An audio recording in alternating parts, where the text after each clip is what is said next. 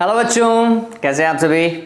बहुत बढ़िया, अच्छे से हो? चलिए, तो मैं हूं Prashant Maheshwari, fun with physics YouTube channel पर आप सभी का बहुत बहुत स्वागत है।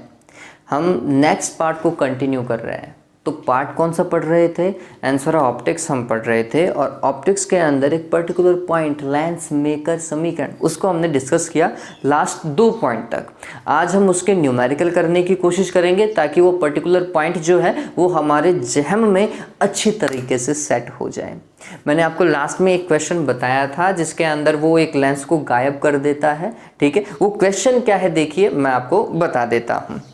वो क्वेश्चन कुछ इस तरीके का है बच्चों।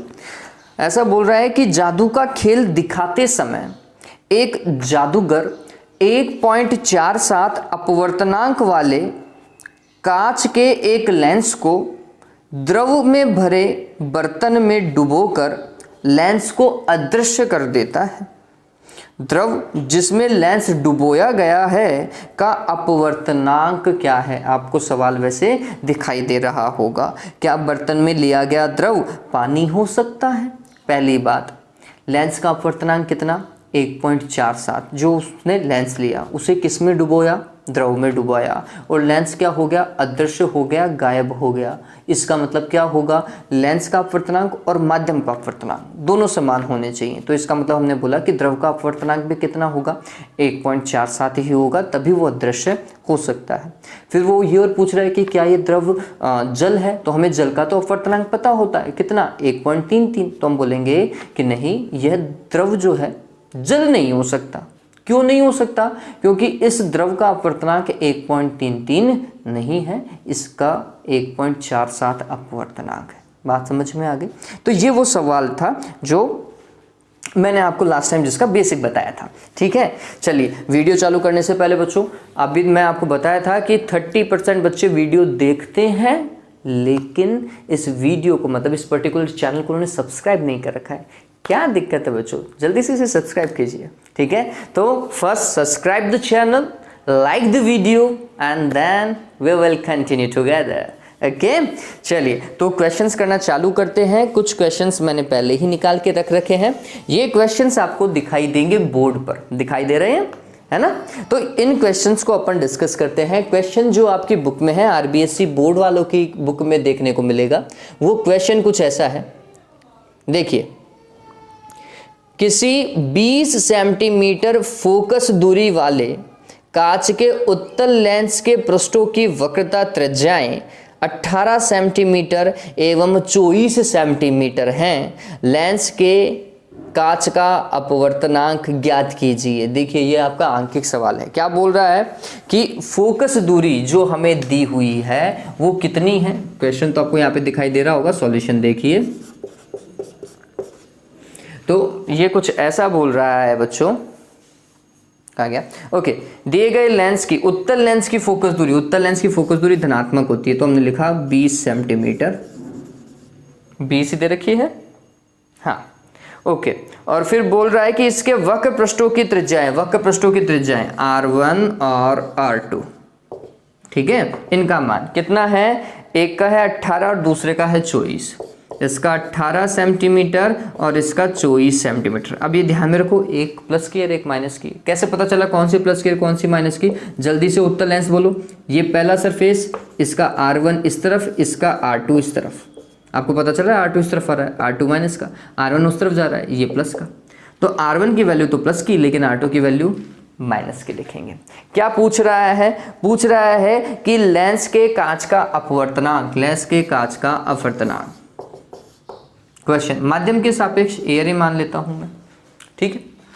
चलिए सॉल्यूशन कैसे करेंगे वो समझिए। तो आपको पता चल जाना चाहिए, फॉर्मूला क्या लगाएंगे? 1/f = म्यू लेंस का अपवर्तनांक किसके सापेक्ष? माध्यम के सापेक्ष, -1 1/r1 -1/r2। वैल्यू पुट कर देता हूं। ये वाली वैल्यू तो मेरे को कैलकुलेट करनी है, इसका मान 1/20 लिख देता हूँ, और सेंटीमीटर को सेंटीमीटर में रहने दो क्योंकि सारे मान सेंटीमीटर में, कोई दिक्कत ही नहीं है अपने पास में, ठीक है। और ये तो कैलकुलेट करना है, -1 R1 की वैल्यू देखो कितनी लिखेंगे 18, और वो भी कैसी, प्लस की। R2 की माइनस की लिखूंगा तो माइनस माइनस क्या हो जाएगा, ये आप सभी को पता चल जाना चाहिए, प्लस हो जाना चाहिए। वैसे भी उत्तल लेंस में बीच में प्लस आ जाता था, पता चल रहा था ना। ठीक है, अब इसको सॉल्व कर लो तो क्या हो जाएगा, mu g with respect to AR -1। LCM कितना लें, 72 ले लूँ क्या, 18 चौक 72, 34 72 है ना, तो 72 आएगा। तो 18 चौक 72 और 34 72 कितना हो जाएगा, 7/72 हो जाएगा।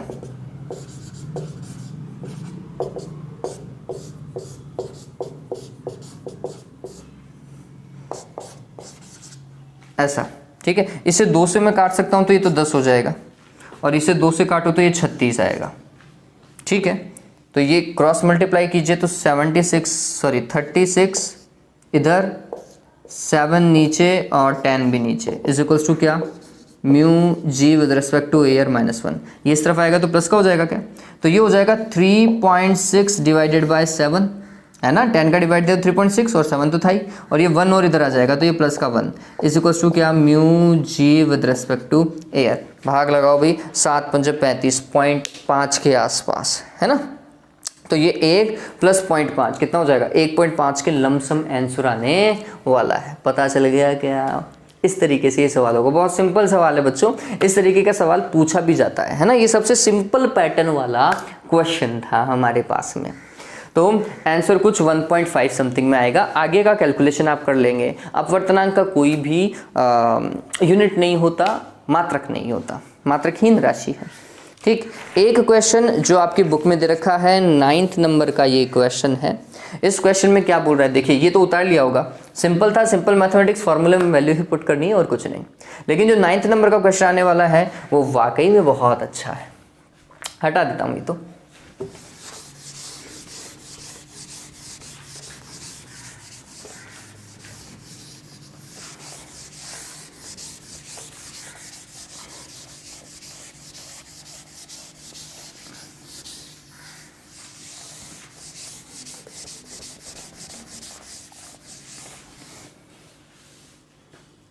देखिए जो क्वेश्चन दिया हुआ है आगे देखिए, आपको दिखाई दे रहा होगा, एक पतले अभिसारी कांच का लेंस जिसका अपवर्तनांक 1.5 है। देखो कांच के लेंस का अपवर्तनांक दिया हुआ है, मैं लिख लेता हूं।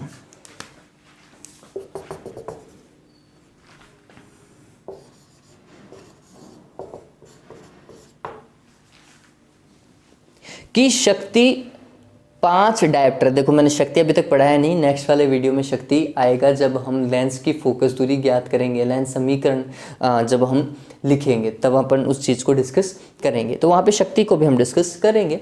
अभी देख लीजिए, वैसे शक्ति जो होता है वो फोकस दूरी का व्युत्क्रम होता है, 1/f = पावर होता है ना। और शक्ति कितनी दे रखी है, पावर कितना दे रखा है, पावर क्या होता है 1/f होता है बच्चों। ठीक, और कितना है 0.5 डायोप्टर। ठीक, तो फोकस दूरी कितनी हो जाएगी, यहाँ से अगर मैं फोकस दूरी देखूँ तो फोकस दूरी हो जाएगी 1/0.5। ठीक है, 0.5 है ना, क्या पॉइंट को हटाओ तो ऊपर 10 हो जाएगा, कितना आ जाएगा 2 सेंटीमीटर आ जाएगा क्या, सॉरी 2 मीटर आएगा, सेंटीमीटर नहीं, क्योंकि डायोप्टर मीटर में चलता है। तो 200 सेंटीमीटर आप मान के चले। तो ये कुछ ऐसा हुआ हमारे पास में।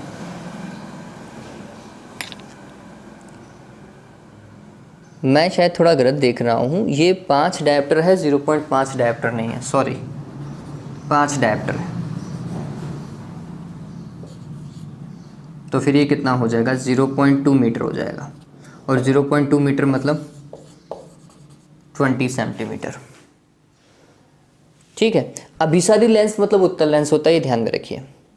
जब यह लेंस μL अपवर्तनांक वाले द्रव में डुबोया जाता है तो यह अपसारी की तरह व्यवहार करता है। अब देखो, अगर लेंस अभिसारी था, अपसारी में कन्वर्ट हुआ, मैंने आपको कंडीशन करवा रखी है, उस कंडीशन में आप गौर करोगे, अगर परिवर्तित हो जाता है अभिसारी अपसारी में, अपसारी अभिसारी में, तो उसका मतलब ये है कि लेंस का अपवर्तनांक कम है किससे, लिक्विड के अपवर्तनांक से। लिक्विड का अपवर्तनांक ज़्यादा आने वाला है, तो मतलब जो आप सॉल्यूशन देखोगे उसमें म्यू एल का मान जो है वो 1.5 से ज़्यादा होना चाहिए, तभी ये पॉसिबल है सिचुएशन। ये दिमाग में हमें पहले ही आ जाना चाहिए, ठीक है। तो व्यवहार चेंज हो जाता है और उसकी फोकस दूरी से 100 सेंटीमीटर हो जाती है। अब देखो, अभिसारी था मतलब उत्तल लेंस था, फोकस दूरी प्लस की, लेकिन जैसे ही लिक्विड में डाला, ये तो एयर में हुआ है ना, लेकिन जैसे ही लिक्विड में डाला वो अपसारी में कन्वर्ट हुआ, मतलब अवतल में कन्वर्ट हुआ, तो उसकी फोकस दूरी जो 100 सेंटीमीटर दी हुई है वो कैसी होनी चाहिए, माइनस की होनी चाहिए, ध्यान में रखें, ठीक है। हो जाता है म्यू एल का मान क्या होना चाहिए वो आपसे पूछ रहा है, ठीक है। तो ये निकाल सकते हैं, इसमें कोई दिक्कत वाली बात तो है ही नहीं, बहुत सिंपल क्वेश्चन है बच्चों, अगर आप देखेंगे तो इसे जब मैं सॉल्व करने की कोशिश करता हूँ बच्चों, तो हमने लिख लेना है क्या भाई, हम सबसे पहले एयर की बात करते हैं, एफ एयर बराबर क्या होना चाहिए, तो आंसर था 1/μ g with respect to air -1 1/r1 -1/r2, यही तो फॉर्मूला है। चलिए, इसकी वैल्यू कितनी 1.5 थी, अरे ये एयर के रेस्पेक्ट में तो लिख ही सकते हैं 1.5, तो मैं यहाँ पे 1.5 लिख सकता हूँ। तो 1/f एयर का कितना था 20 सेंटीमीटर ना, इज इक्वल्स टू 1.5 -1 और ये 1/r1 -1/r2, ठीक है। इसको सॉल्व करो तो ये कितना हो जाएगा 0.5 होगा, 0.5 मतलब 1/2, ये बात ध्यान में रखना। 0.5 का मतलब क्या होता है, 1/2 ही तो होता है, तभी तो 0.5 आता है, तो मैं इसको 1/2 लिख देता हूँ, है ना, सॉल्व करने पर 1/2 और 1/r1 -1/r2 डन। और ये 1/20, इससे इसको काटोगे तो यहाँ पे 10 आ जाएगा क्या, तो 1/10 is equals to 1/r1 -1/r2, that is equation number first for us, clear. अब दूसरा केस देखो, लिक्विड में डालने पर, द्रव में डालने पर,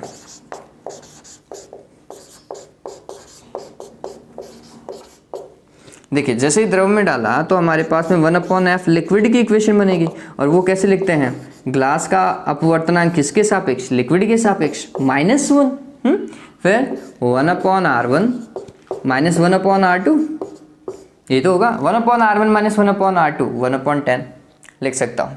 f लिक्विड की फोकस दूरी 100, तो ये हमने लिखा 1/100 और वो भी कैसा, नेगेटिव का, इज इक्वल्स टू, इसको मैं लिखूंगा तो कैसे लिख सकता हूँ, ग्लास का विद रेस्पेक्ट टू लिक्विड लिख सकते हैं, ग्लास का हमें पता है 1.5 लिख सकता हूँ मैं, है ना, एयर के रेस्पेक्ट में होंगे ये दोनों, तो अरे इसमें तो कोई दिक्कत थोड़ी है, ये भी एयर के रेस्पेक्ट में, ये भी एयर के रेस्पेक्ट में, निरपेक्ष अपवर्तनांक जो है या तो एयर मान लो या वैक्यूम मान लो, एग्जैक्ट तो वैक्यूम ही होता है, मैंने आपको बोला था, लेकिन एयर के रेस्पेक्ट में भी कर सकते हैं, कोई दिक्कत नहीं है।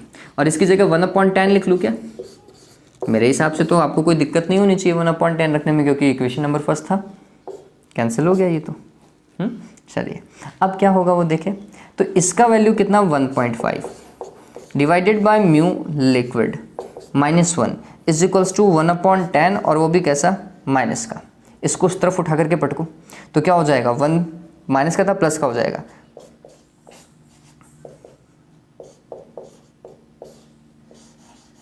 मेरे हिसाब से यही मैथमेटिक्स चलनी चाहिए। ये कितना हो जाएगा, 1 में से 1/10 को सब्ट्रैक्ट करो, 9/10, बेसिक मैथमेटिक्स है। चलिए 1.5 को क्या लिख सकते हैं, 3 डिवाइडेड बाई 2, 3/2 लिख सकते हैं, सभी को पता है। ये क्या, म्यू लिक्विड, चलिए ये तो 3,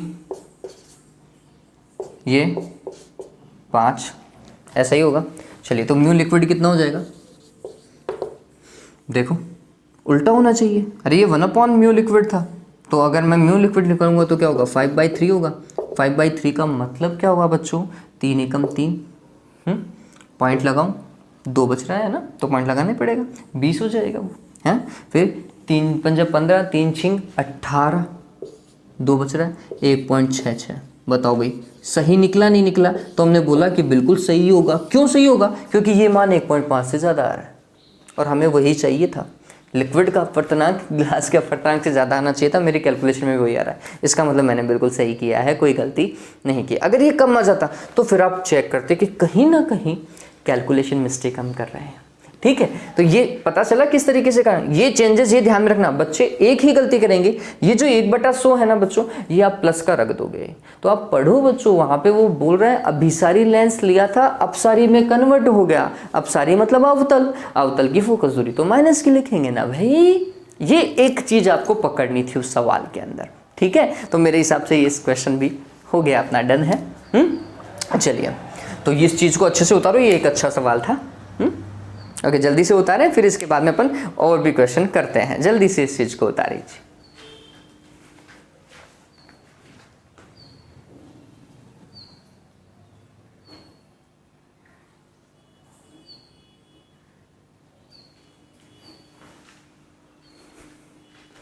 हुआ ये? ओके, अब जो क्वेश्चन हम करने वाले हैं वो क्वेश्चन आपकी बुक के नहीं होंगे, एनसीईआरटी बुक के हैं, लेकिन क्वेश्चंस बहुत सिंपल हैं, इसी पैटर्न के ऊपर हैं, तो फिर आपको दिक्कत नहीं आएगी।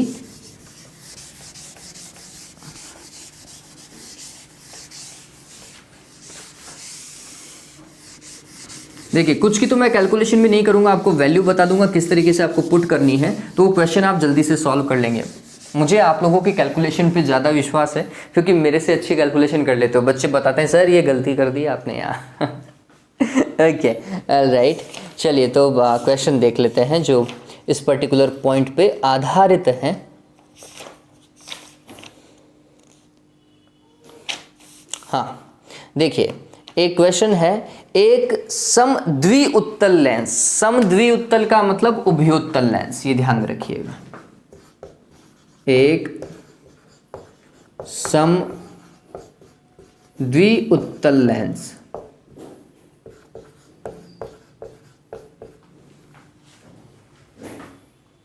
की फोकस दूरी लेंस के प्रत्येक तल की वक्रता त्रिज्या 20 सेंटीमीटर है, के प्रत्येक तल की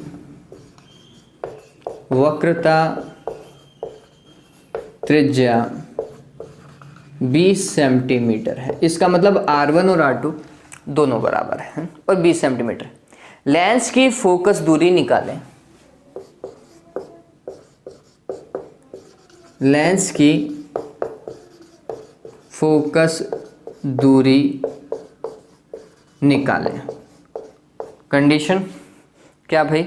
लेंस का अपवर्तनांक ग्लास का 1.5 लेना है आपको एयर के सापेक्ष, ठीक। तो फॉर्मेट क्या होगा वो समझिए, समद्विउत्तल है, इसका मतलब दोनों तलों की वक्रता त्रिज्याएं समान है, और उत्तल लेंस में R1 तो प्लस का होता है। अब तक इतने सवाल किए हैं हमने, 2 सवाल कर लिए हैं।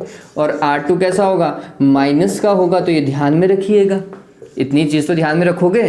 फॉर्मूला क्या? 1/f = क्या? म्यू ग्लास का अपवर्तनांक एयर के सापेक्ष -1 1/R1 -1/R2। उम्मीद करता हूं ये क्वेश्चन हो जाएगा, वैल्यू तो पुट करनी है, सिंपल मैथमेटिक्स करनी है, क्वेश्चन हो जाना चाहिए, ठीक है।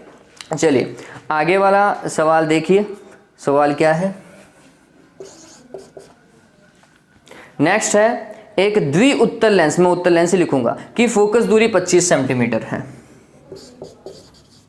एक उत्तल लेंस की फोकस दूरी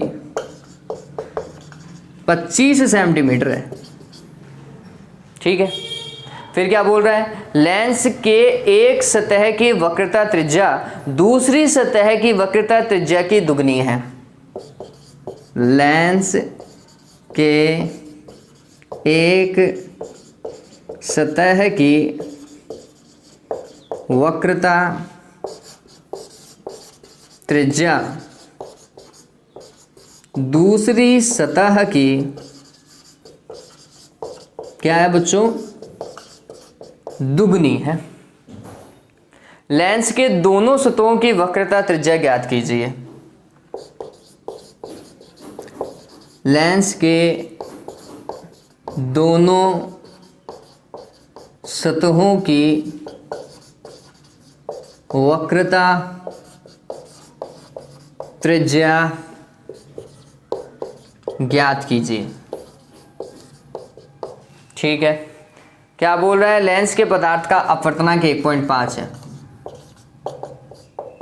ये दिया हुआ। अरे बहुत अच्छा सवाल है और इवन सिंपल भी है। क्या बोल रहा है, लेंस की फोकस दूरी 25 सेंटीमीटर। बहुत सही, उत्तल लेंस था, क्या होगा, एयर में 25 सेंटीमीटर दे रखी, या फिर 1/f भी लिख लोगे, सॉरी f भी लिख लोगे तो भी कोई दिक्कत नहीं है। फिर क्या बोल रहा है, एक सतह की वक्रता त्रिज्या दूसरी सतह की दुगनी है। इसका मतलब मैं अगर r1 लिखूं तो r1 जो है वो r2 का क्या होना चाहिए, दुगना होना चाहिए। ऐसा ही है। अब अगर समझना, इसका मतलब ये हुआ कि अगर मैं r1 को r लिख रहा हूं तो r2 को 2r लिखूंगा पहला, और r2 कैसा, माइनस का होता है, सभी को पता होना चाहिए। अरे उत्तल लेंस है ना, उत्तल लेंस में r1 प्लस का, r2 माइनस का, ऐसा ही होगा। चलिए क्या होगा, 1/f एयर या f is equals to mu g A, चलो मैंने वहाँ एयर लिख रखा है, 1/r1 माइनस 1/r2। बताओ भाई ऐसा होगा नहीं होगा। इसकी वैल्यू तो 1.5 माइनस 1, 1/r1 मतलब 1/r माइनस 1/r2 मतलब 2r, और वो भी कैसा, माइनस का, माइनस माइनस क्या हो जाएंगे, प्लस हो जाएगा। ठीक है, और एफ एयर की वैल्यू 1/25। डन, ये 0.5 आएगा नहीं आएगा, और 0.5 को क्या लिखते हैं, 1/2 लिखते हैं, है ना, तो इसको मैंने 1/2 लिख दिया। इसको सॉल्व करो, 2r लोगो तुम ले लो क्या, तो ये तो 2 बार, ये 1 बार, ऐसा ही होगा, ये तो 3/2 हो जाएगा, है ना। चलिए, तो 1/25 बराबर 1/2 गुणा 3/2r। ठीक है, चलो क्या करना है, हमें तो r निकालना है, फिर 2r निकाल लेंगे। तो हमने क्या लिख लेना है बच्चों, ये देखो क्रॉस मल्टीप्लाई से काम कर सकते थे, ये वैसे क्या हो जाएगा, 3/4r हो जाएगा ये, है ना। तो ये तो इससे गुणा हो जाएगा, ये इस तरफ जाएगा, तो 4r is equals to 25 into 3, तो r इज इक्वल्स टू कितना हो जाएगा, 25 इंटू 3 डिवाइडेड बाय 4। ठीक, क्या भाई, सेंटीमीटर। r क्या, r1 आ चुका, r1 का मान इतना, r2 का मान निकाल लोगे क्या, 2 से मल्टीप्लाई कर दीजिएगा, है ना। 2 से मल्टीप्लाई करोगे तो ये यहाँ पे नीचे 2 ही हो जाएगा, तो 75 में एक बार 2 का भाग लगाना है, 75 में एक बार 4 का भाग लगाना है। ठीक है, माइनस लगाने की जरूरत नहीं है, r2 के अंदर हमें संख्यात्मक मान ही पूछा है, हम संख्यात्मक मान ही निकाल के देंगे, तो सेंटीमीटर में लिख लीजिएगा। तो ये एक अच्छा सवाल है, जल्दी से उतारे, वाकई में बढ़िया सवाल था ये तो 75 के अंदर अगर 2 का भाग लगाते हो तो कितना, 37.5 आता है।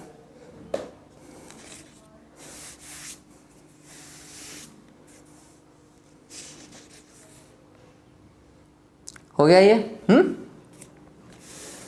देखिए अब अगला सवाल,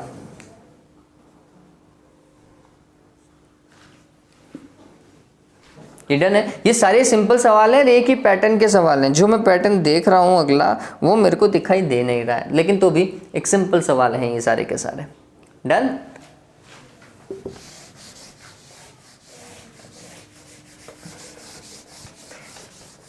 एक द्रव वाला मैं देख रहा हूँ क्वेश्चन, वो मेरे को दिख जाए तो।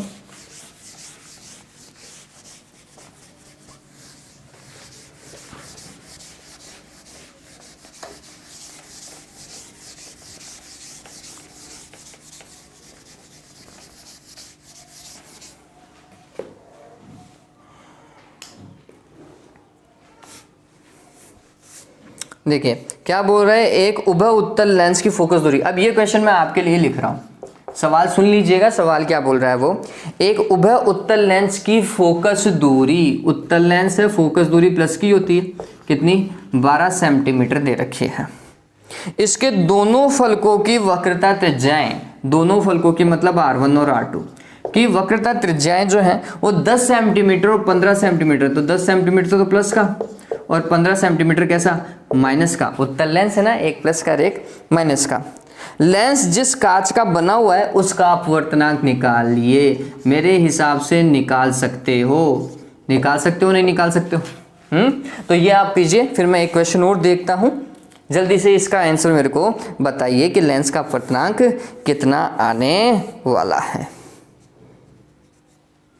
मिल गया वो सवाल मेरे को, इसका जल्दी से कीजिए। अरे बच्चों फॉर्मूला तो पता ही है ना, फॉर्मूला क्या, 1/f is equals to mu glass with respect to air minus 1/r1 minus 1/r2। जल्दी से कैलकुलेट करो, ये 1/12 आएगा, फिर ये तो कैलकुलेट करना है, और यहाँ पर क्या 1/r1 1/10 सॉल्व करने पर 1/15 प्लस का ही आएगा इधर, है ना, माइनस माइनस प्लस हो जाएगा।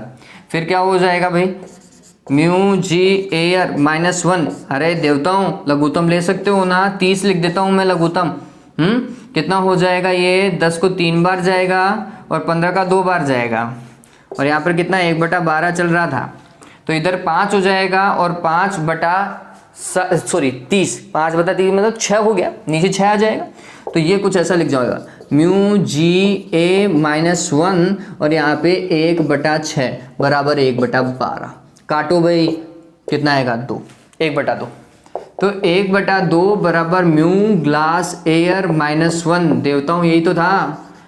तो ग्लास का कितना हो जाएगा, 1 जुड़ जाएगा, 1.5 आ रहा है क्या, अपवर्तनांक कितना आएगा, 1.5 आएगा। उम्मीद करता हूँ मेरे से पहले सोल्व कर लिया होगा आप लोगों ने। मात्रक मत लगा देना, पता चले सेंटीमीटर मीटर लगा दो तुम यहाँ पर, है ना। चलिए अब जो सवाल मैं देख रहा था, जो एक कॉमन सवाल है,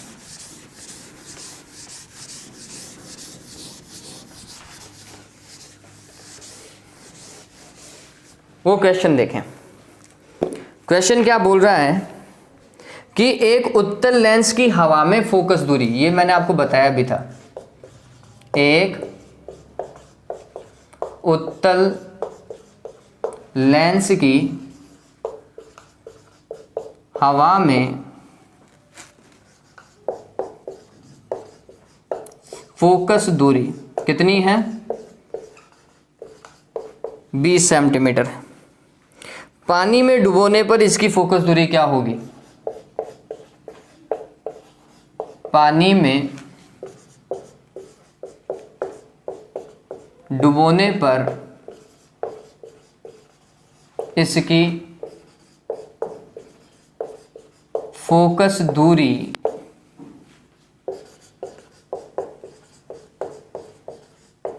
क्या होगी।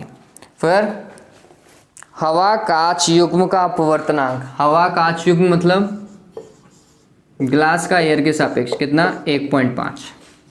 और बोल रहा है हवा पानी युग्म का अपवर्तनांक, हवा और पानी मतलब पानी का अपवर्तनांक किसके सापेक्ष, एयर के सापेक्ष कितना, 1.33 यूज करना है, ऐसा वो बोल रहा है।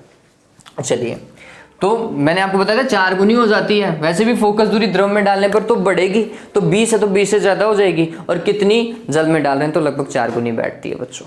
ठीक है, अब ये काम कैसे करेंगे वो समझिए। तो हमने बोला कि एयर के लिए 1/f एयर लिखा जाना चाहिए, और वो भी कितना, mu glass with respect to air minus 1/r1 minus 1/r2, यही होगा। अरे ऐसा ही था। चलिए ये क्या, एयर के लिए फोकस दूरी कितनी है भाई, 20 है, फिर इसका मान कितना है, 1.5 है, माइनस 1/r1 माइनस 1/r2। ठीक है, तो ये हो जाएगा 1/20, 0.5 और 0.5 को 1/2 लिखते हैं।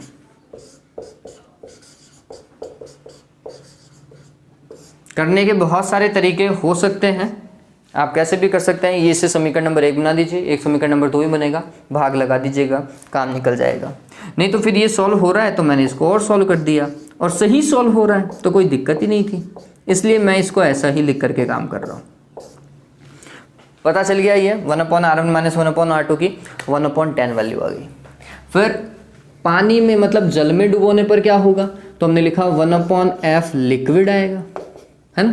क्या भाई, ग्लास का अपवर्तनांक किसके सापेक्ष, लिक्विड के सापेक्ष, -1 1/r1 माइनस 1/r2। अब कंडीशन अप्लाइड, वो लिक्विड साफ साफ बोल रहा है पानी है, तो फिर लिक्विड की जगह आप क्या लिखो, वाटर, पानी के सापेक्ष। ठीक है, लिक्विड साफ साफ बोल रहा है ना कि वो द्रव है क्या, पानी में तो डुबो रहे हो, तो फिर ऐसा ही तो लिखोगे भी देवता हूँ। चलिए अब ये क्या चीज़ है, तो देखो आपको दिया हुआ क्या है, पानी का अपवर्तनांक एयर के सापेक्ष दिया हुआ है, तो फिर ये निकालो, ये निकालना पड़ेगा। कैसे निकालेंगे इसको वो देखिए। तो हमने बोला इसे मैं लिख सकता हूँ ग्लास का अपवर्तनांक डिवाइडेड बाय पानी का अपवर्तनांक, किसके सापेक्ष, दोनों ही एयर के सापेक्ष, ऐसा ही होगा ना। और 1/R1 माइनस 1/R2 की वैल्यू 1/10 है, ये तो निकालना है। चलिए ये ग्लास का अपवर्तनांक कितना बच्चों, 1.5 लिखो। 1.5 को 3/2 रेफरेंस में लिख सकते हैं, सिंपल कैलकुलेशन हो जाएगी। वाटर का 1.33 मैंने आपको बताया था 4/3 लिख सकते हो, है ना, माइनस क्या 1। आप चाहें तो 1.33 से भी कर सकते हैं, यहाँ पे 1.5 रख लीजिएगा, यहाँ पे 1.33, थोड़ा सा चेंजेस आएगा, थोड़ा सा पॉइंटों में जाएगा ना इसलिए, लेकिन ये करोगे तो कैलकुलेशन सिंपल हो जाएगी। गुणा क्या, इस 1/10 को मत भूल जाना भाई, ये पता चले इसको लावारिस छोड़ दो गई तुम, तो 3 ऊपर चला गया 9 हो जाएगा, और ये 4 तो नहीं 8, तो ये हो जाएगा 9/8 माइनस 1 गुणा क्या 1/10 बराबर क्या 1/f वाटर, पानी में फोकस दूरी। 9/8 में से 1 को घटाओ तो कितना आएगा, लघुत्तम तो 8 आएगा, और 9 माइनस 8 हो गया क्या, लघुत्तम तो ले सकते हो देवताओं, गुणा क्या 1/10। ये 1/8 और ये 1/10, 1/80 हो गया क्या, अरे सॉल्व करो, 1/80 आएगा नहीं आएगा, पता चला क्या, एफ वाटर कितना 80 सेंटीमीटर, है ना। और अगर आप वो रखोगे ना, वो 1.5 और 1.33 रखोगे तो ये 80 सेंटीमीटर नहीं 78 पॉइंट समथिंग में आएगा, क्योंकि फिर वो पॉइंटों में कैलकुलेशन जाएगी। लेकिन अगर ऐसा रखते हो तो फिर डॉट कैलकुलेशन में कोई दिक्कत नहीं आती है। तो ये एक अच्छा सवाल है, पूछा भी जा चुका है, ऐसा नहीं है कि बोर्ड में नहीं आया, बोर्ड में आ चुका है ये सवाल, ठीक है। तो इस चीज़ को ध्यान में रखें, जल्दी से उतारें। मैं देख लेता हूँ इस बीच में और कोई सवाल इसी पैटर्न का हो जो अच्छा हो।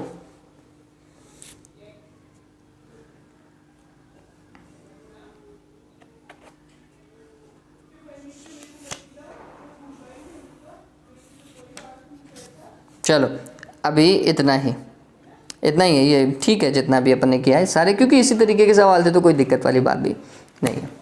चलिए तो उम्मीद करता हूँ ये चीज़ जो है वो आपको समझ में आई होगी और अच्छे से समझ में आई होगी, है ना। चलिए तो ये सवाल तैयार कर लीजिएगा, ये वाला सवाल तो पूछा जाता है, एक अच्छा सवाल है। और नॉर्मल देखो न्यूमेरिकल जो है वो ऑलमोस्ट एक ही तरीके के रिपीटेटिव होता है, वैल्यू चेंज कर देता है, पैटर्न में ज़्यादा चेंजेस नहीं आते हैं। तो आप देखोगे कि 4 साल पुराने जो न्यूमेरिकल हैं वो फिर वापस से रिपीट हो जाते हैं, ठीक है। आप ये गौर कीजिएगा, सीबीएसई या आरबीएसई में पैटर्न क्या है, लिखने का तरीका चेंज होएगा लेकिन कॉन्सेप्ट का मेथड एक ही रखते हैं। ये बोर्ड ज़्यादा दिमाग लगाते नहीं हैं, वो भी जानते हैं कि बच्चे कितना 12th लेवल पर कैप्चर कर पाएंगे। और चूँकि इस समय कोविड-19 का सीज़न चल रहा है तो फिर तो चांसेस आपका जो पेपर है वो बहुत ईजी आना चाहिए, टिपिकल नहीं होगा।